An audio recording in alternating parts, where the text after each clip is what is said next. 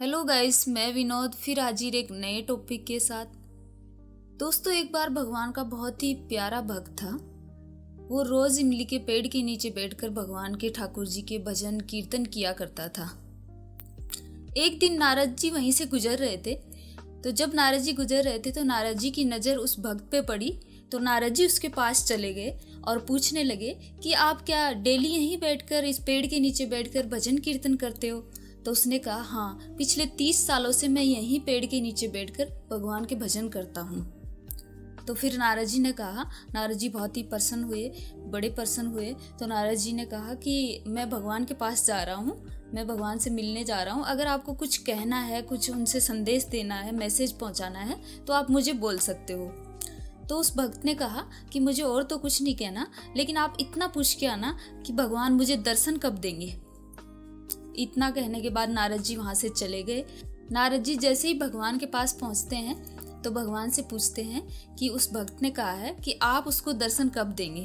तो भगवान ने कहा कि उससे कहना, जितने उस इमली के पेड़ के पत्ते हैं उतने सालों के बाद मैं उसको दर्शन दूंगा। नारद जी बहुत ही उदास हुए और फिर नीचे आ गए।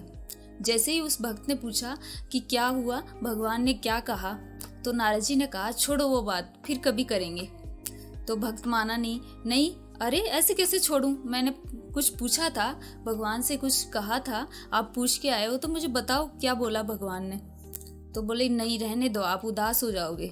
तो भक्त माना ही नहीं, अड़ गया अपनी बात पे, नहीं आप मुझे बताओ।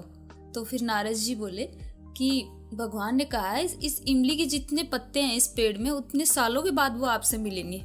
तो भक्त ने दोबारा पूछा कि ये भगवान ने कहा है, खुद अपने मुंह से कहा है, भगवान ने बोला है आपको कि वो मुझे दर्शन देंगे? तो नारद जी ने कहा, हाँ भाई, हाँ, भगवान ने ही कहा है। तो भक्त बहुत ही खुश हो गया, खुशी से झूमने लगा, भजन कीर्तन करने लगा, इतना उत्साह में आ गया कि बहुत खुशी से वो और ज़्यादा भजन करने लगा कि भगवान मुझे दर्शन देंगे। अब थोड़ी ही देर बाद उसका उत्साह देख के भगवान नीचे आ गए। वहाँ पे नारद जी भी खड़े हुए थे। तो नारद जी को ये बात अच्छी नहीं लगी। तो नारद जी ने कहा, अगर आपको अभी दर्शन देना था तो मुझसे झूठ क्यों बोला, मुझसे झूठ क्यों कहलवाया, इसको मुझे झूठा बना दिया आपने। तो भगवान ने कहा, नहीं, मैं इतने ही सालों बाद मिलने वाला था, लेकिन इसकी लगन, इसका उत्साह देखकर मुझसे रुका नहीं गया, मुझसे रहा नहीं गया, तो मैं अभी आ गया।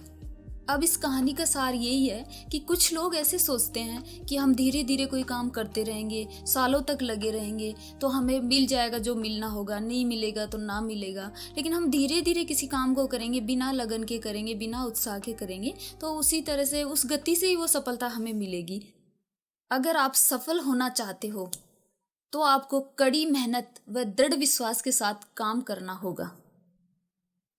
तो आज के लिए इतना ही दोस्तों, मिलते हैं नई टॉपिक के साथ, तब तक के लिए बाय बाय।